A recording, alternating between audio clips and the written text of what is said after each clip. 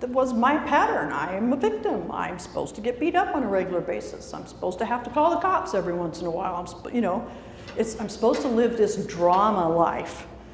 And what happened, this was what really began the change. I had a thought that I had never thought before. And that thought was this: there's gotta be a better way for me to live than this.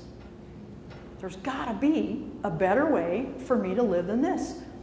There wasn't any part of me that believed any of that. There wasn't any part of me that believed that there could be a better way for me to live. But I decided to be willing to believe. Just be willing. Just be willing to believe it. What if I was just willing to believe that there could possibly be a better way for me to live? That was where I started. And that's where we always have to start. If we want something in our life to change, we have to start with the willingness to believe that it's possible. This is called the open moment. The open moment, what that means is just open the tiniest corner of your mind to the possibility that things can change for the better, or that things can work out for you. Just open the tiniest corner of your mind to the possibility that things can change for you. And you will witness things immediately starting to change around you. That's what happened for me. I noticed as I stayed in that thought, there's got to be a better way for me to live than this. I stayed in the willingness to believe it for the next 5 or 6 weeks. And then on September 19th of 1999, I turned on my television. It was a Sunday. It was 3:30 in the afternoon. I'll never forget it. I turned on my television, flipping through the channels, landed on, this all happened in Portland, Oregon. I landed on Oregon Public Broadcasting, Channel 10, Oregon Public Broadcasting, just in time to hear a little tiny blonde woman say that we all deserve to have our dreams come true. And I thought she was nuts. I was angry. I was pissed off at Oregon Public Broadcasting for allowing a crazy person to be on TV. Because that was my attitude. What, you are crazy. What do you mean we all deserve to have our dreams come true? I have my own life as proof that you are incorrect. However, she had my attention. And my life completely changed as a result of this one program. I'm going to come back to this. I want to fast forward to more recently. Let me say this first. From the get a backbone comment, 10 months later, 10 months after the get a backbone comment, I was a completely different person, living a completely different life in 10 months of applying the stuff that I'm going to share today. It took me 10 months, which is, after 34 years, 10 months is nothing.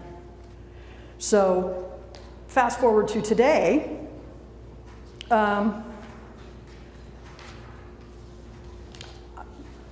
I became a completely different person, landed in a whole new life in June of 2000. The first 3 years were wonderful. And then I decided, I started thinking, all this stuff works so well for me. I want to share it with the world. I want to help other survivors of domestic violence. I created a workshop. I wanted to get it out there. For 13 years, I worked to get myself out there, to be successful, to help, to be of service to the people that I wanted to serve for 13 years. And it was one of those 2 steps forward, 1 step back kind of I fell on my face a lot, and it was painful a lot. And the more often I fell on my face, the harder it was to get back up. Until the beginning of 2016.